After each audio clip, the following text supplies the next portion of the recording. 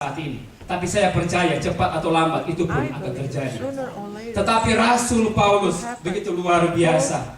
Kristus yang ada di dalam kehidupan Rasul Paulus, dia berkata bahwa kematian itu adalah untung. Jadi kita sebagai orang percaya, apa yang kita harus takut untuk kita menghadapi kematian? Apa yang menjadi masalah kita? Banyak orang takut sakit, banyak orang takut mengalami kecelakaan, banyak orang takut untuk menghadapi hal-hal yang susah di akhir zaman ini. Tapi saya percaya bahwa kuasa kebangkitan itu bukan satu ilusi saja. Kuasa kebangkitan itu bukannya satu dongeng, bukan satu cerita saja, tapi adalah suatu realita yang tidak dapat dipungkiri. Kita harus menerimanya dengan iman. Haleluya. Walaupun kadang-kadang realita kebangkitan Tuhan itu orang bilang itu mayat Tuhan pada waktu dia mati, itu katanya dicuri. Tetapi kuasa kebangkitan itu tidak bisa dibantah oleh siapapun. Orang Yahudi mungkin bisa berkata-kata dengan bisa memberikan kesaksian-kesaksian yang palsu. Tetapi ini semua terjadi di luar daripada dugaan iblis. Walaupun ada kelompok-kelompok yang akan mengajar seperti itu pada akhir zaman ini, tapi saya percaya kuasa kebangkitan Tuhan masih tetap ada, masih tetap kita akan alami. Setiap tindakan, setiap sikap kita, tidak perlu kita takut, tidak perlu kita gentar. Firman Allah berkata, kita harus takut dan gentar di dalam kita menghadapi sikap dan tingkah laku di dalam kehidupan kita ini dengan Tuhan. Saudara takut bukan membinasakan saudara pada satu kebinasaan yang kekal, tapi saudara takut membuat saudara semakin berharap kepada Tuhan. Bahwa hanya di dalam Kristus ada pengharapan. Haleluya. Melalui kebangkitan Kristus. Yang kedua saya mau berkata bahwa ada pengharapan untuk hidup. Saya tidak perlu berkata kepada saudara bahwa saudara tidak mengasihi saya.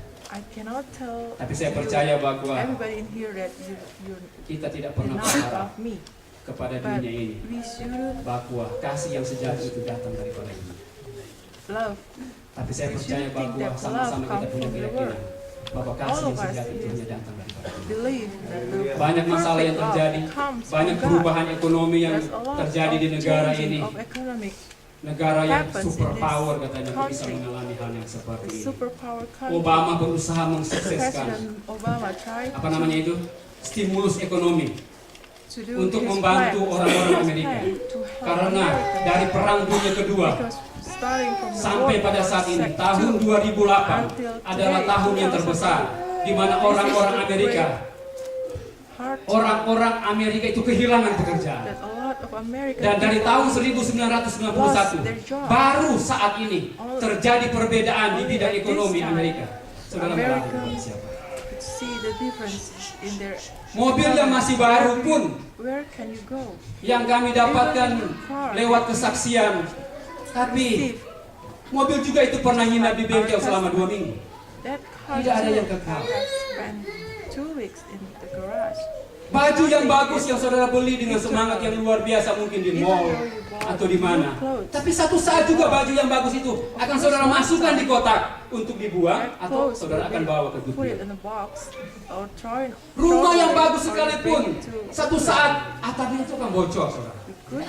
Rumah yang bagus sekalipun yang kami tempati sekarang, supaya saudara tahu bahwa dalam waktu dekat ini juga akan jual di market. Yang kami sempat berpikir bahwa kami akan tinggal selama-lamanya di tempat itu. Lewat kesaksian daripada seorang hamba Tuhan yang memberikan kepada kami, dia katakan bahwa nikmati, ini adalah berkat Tuhan. Selamat menikmati. Tetapi tidak ada yang bisa bertahan, saudara. Tidak ada yang bisa bertahan. Satu saat juga mungkin 1-2 bulan itu akan laku. Dan mungkin pada saat-saat ini orang akan heran. Karena kami juga akan mungkin cari apartemen atau pindah di mana. Dan pada saat ini kami tidak tahu. Tidak ada yang kekal. Ada banyak perubahan-perubahan yang terjadi. Pada tahun 99, tanya kepada orang-orang yang duluan ada di sini. Ada Ibu Esther di sini. Di mana saudara pergi? Di agen mana? Di agen sini, di agen sana. Di masing-masing agen menawarkan penawaran pekerjaan. Saya sempat bekerja di beberapa tempat dalam jangka waktu 1 bulan. Karena kepentingan pelayanan, ada tamu datang, saya harus antar ke New Jersey, kadang-kadang 1-2 hari saya tidak masuk, dikeluarkan lagi. Tapi minggu depan saya datang lagi di agent, apalagi tim. Sampai dia bosan melihat saya. Dia kirim saya ke sana, dia kirim saya ke mana. Saya yang jadi malu sendiri, saudara. Tapi pada saat ini ada yang berkata kepada saya sudah keliling, bro. Semuanya bilang no job. Ada banyak perubahan. Kecanggihan teknologi pun teroris tidak pernah akan berhenti.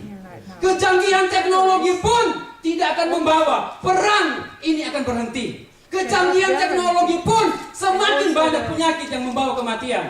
Kecanggihan teknologi pun banyak juga orang stres, banyak juga orang putus asa. Saya baca di Yahoo kemarin, tadi malam, ada seorang ibu yang pengajar sekolah minggu, dia bunuh anaknya, dia bunuh muridnya. Stres, aneh. Manusia putus asa. Saudara, apa yang kita mau harapkan daripada dunia yang serba berubah ini? Tapi firman Tuhan tadi berkata, siapakah yang memisahkan kita dari dasar Kristus? Haleluya. Penjelasan, kesesakankah, penganiayaankah, kelaparan, saudara takut saudara tak akan makan di Amerika? Saudara tak bekerja pun dalam jangka waktu 6 bulan, kalau saudara itu punya kartu bagus saja, saudara pasti dijamin. Dan saya pernah tidak bekerja selama bertahun-tahun di Indonesia, kasih itu saya masih bisa makan. Saya percaya dalam kondisi apapun, dalam situasi apapun, tidak ada yang memisahkan kita dengan kasih. Tidak ada situasi yang memisahkan kita dengan kasih Kristus. Mau apa yang akan terjadi? Kita bukan hidup di dalam badai, saudara. Tapi tidak apa-apa badai datang, silakan datang, tapi jangan berkata bahwa kita hidup di dalam badai. Ada kasih Tuhan, ada kasih Tuhan. Badai boleh datang, tapi sebentar kita akan tampil menjadi pemenang. Yang ketiga,